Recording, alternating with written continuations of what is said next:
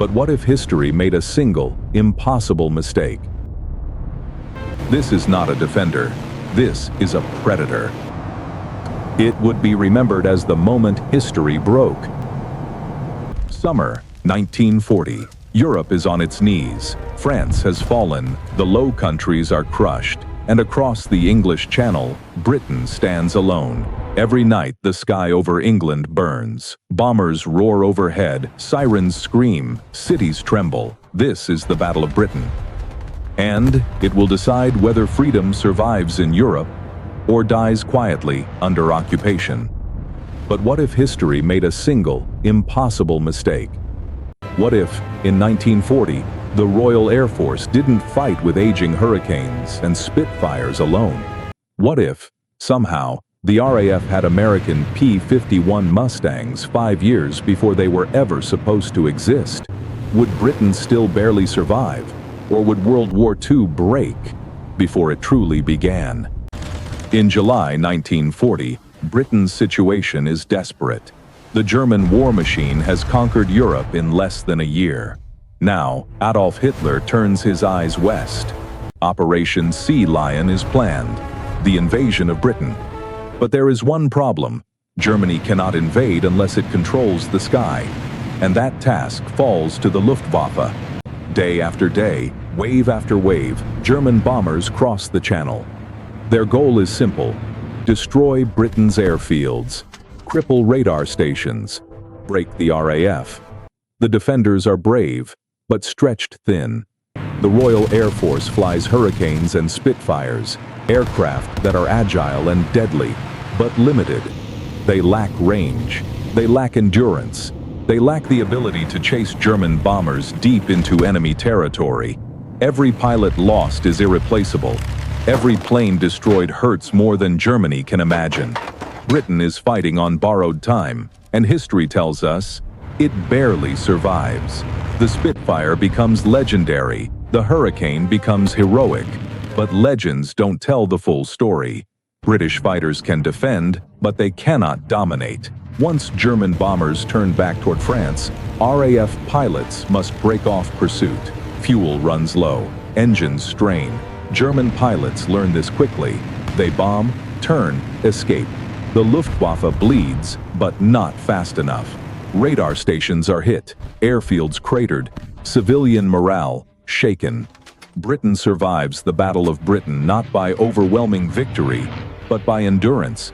Now imagine changing one variable. Not strategy, not leadership, not numbers, just the aircraft. The P-51 Mustang was not supposed to exist in 1940. In reality, it enters service later, refined, deadly, and revolutionary. But in this alternate timeline, something goes wrong, or right. A prototype arrives early, then another, then squadrons. The RAF suddenly possesses an aircraft that rewrites air combat. The Mustang is fast, faster than German fighters. It has range, extraordinary range, and with proper engines, it climbs high, dives hard, and hunts relentlessly.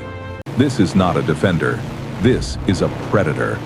RAF pilots climb into their cockpits and immediately feel the difference. The engine pulls harder, the fuel lasts longer, the horizon feels closer. For the first time, British pilots are not waiting for the enemy, they are searching for him. The first engagement shocks everyone. German bombers approach England, as they always have. But this time, they never reach their targets. Mustangs intercept them over the channel, not near London, not near airfields, but before the bombs are dropped. Escorts scramble to respond. The Messerschmitt Bf 109 is agile, but limited by fuel. The Mustang is not. German fighters engage and suddenly find themselves chased back to France. This is new. This is terrifying. German pilots land with empty tanks, shaken, confused. The RAF doesn't stop. They follow. Airfields in northern France come under constant pressure. Bombers destroyed on the ground. Runways cratered. For the first time, the Luftwaffe is on the defensive. And it was never designed for that. Adolf Hitler is furious. The Luftwaffe was supposed to break Britain. Instead, it is bleeding pilots faster than it can replace them. Losses mount, veterans die, morale cracks. Operation Sea Lion depends on air superiority, and now the superiority is slipping away. In Berlin, arguments erupt. The Navy warns invasion is impossible without air control. The Luftwaffe demands time. Factories struggle to replace aircraft. Meanwhile, Britain's skies grow quieter. Fewer bombers arrive. Fewer raids succeed. Civilians notice. Hope returns. The impossible happens. Britain doesn't just survive. It wins early. With the Luftwaffe crippled, Germany faces a dilemma. Delay invasion or cancel it entirely. Hitler chooses delay. And delay changes everything. Resources shift east. Planning accelerates. In 1941, Germany still launches Operation Barbarossa, but with a weakened air force. When German aircraft meet the Soviet Union, they are fewer and less experienced. The Eastern Front becomes bloodier, faster. The war grinds sooner than expected.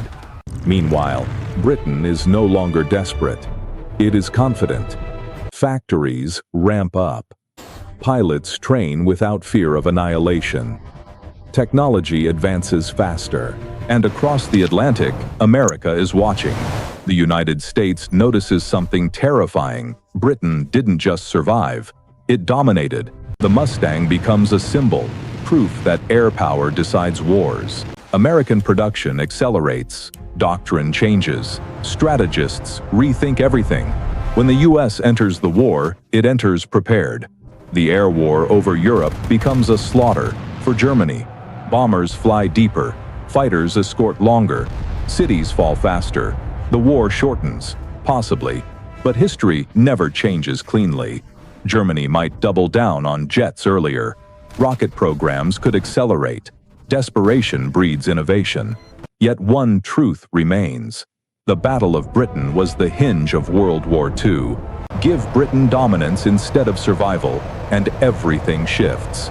The Allies move sooner. Germany bleeds faster. The war ends earlier, or ends differently. This story isn't about planes. It's about systems. The Mustang didn't just fly faster. It changed how wars were fought. It proved something chilling. The future doesn't win because it's stronger. It wins because it arrives before anyone is ready. Britain in 1940 didn't need miracles. It needed reach, endurance, and vision. And if the future had arrived just a little earlier, World War II wouldn't be remembered as a near collapse. It would be remembered as the moment history broke. If you enjoy cinematic alternate history, battles where one change reshapes the world, and moments where history nearly snaps, subscribe to Battle Paradox, because history isn't fixed, it's fragile.